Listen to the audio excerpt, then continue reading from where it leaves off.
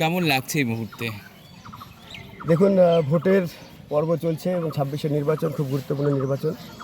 গোটা বাংলায় পরিবর্তনের হাওয়া বইছে এবং নিশ্চিতভাবে আমরাও এই পাটিয়া নকশালবাড়ি বিধানসভাতে গতবার যে বিপুল মার্জিনে আমরা জিতেছিলাম, এবারও সেই ধারা অব্যাহত থাকবে এবং বাংলায় পরিবর্তন হবে, তৃণমূল কংগ্রেসের বিসর্জন হবে।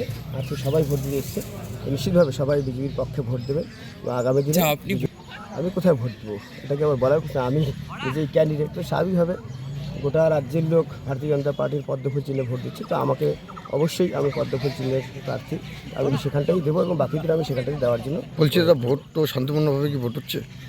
এইবার ভোট আমার নির্বাচন হবে? এখানটায় তো 3টে বুথ আছে, 2টো বুথ, একটা অক্সিলারি বুথ। এখানে শান্তিপূর্ণভাবেই হচ্ছে, প্রতিবারই এখানে শান্তিপূর্ণ ভোটই হয়। অন্যান্য রাজ্যের এখনও খবর পাইনি, তবে আশা করব এই গণতন্ত্রের মহোৎসবে ভোট যাতে শান্তিপূর্ণভাবে হয়। বাংলার 10 কোটি মানুষ বা যারা ভোটার আছেন, প্রায় 7 কোটি ভোটার, তারা যাতে শান্তিপূর্ণভাবে ভোট দিতে পারে। আগামী দিনে সুশাসনের লক্ষ্যে বাংলায় যাতে বিজেপি সরকার প্রতিষ্ঠিত হয়, ডাবল ইঞ্জিনের সরকার প্রতিষ্ঠিত এবং বাংলার মানুষ যাতে নিজেদের ভবিষ্যৎ সুরক্ষিত করতে পারে, সেই জন্য সবাই ভোট দেবে। বলা যায় গণতন্ত্র বিজেপি শুধু জমি শক্ত করতে পারবে না, বিজেপি এবার সরকার গঠন করবে এবং নিশ্চিতভাবে বাংলায় বিজেপি সরকার হবে।